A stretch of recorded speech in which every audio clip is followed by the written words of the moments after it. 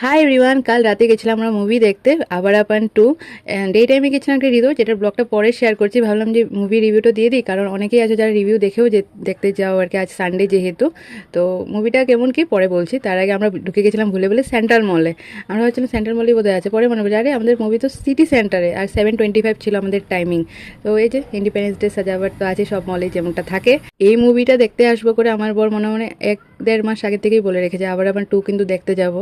এটা যখন first part release হয়েছিল তো 2007, কতদিন আগে, কত বছর আগের কথা।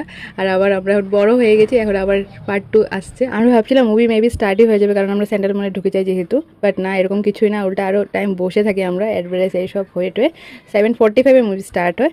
এই বাচ্চাটাকে নিয়েই পুরো মুভিটা ফার্স্ট টু লাস্ট। আর দিশা পাটানি তো হিরোইন আছেই। ইউনিভার্সিটির যারা ফ্যান তারা তো ভালোবাসবে। আর একটু ঢিসুম ঢিসুম টাইপের মুভিটা, যারা এই টাইপের মুভিগুলো দেখতে ভালোবাসলো, মারপিট মানে আছে না ওইরকম আর কি, মুভিটা ফিলিংও আছে।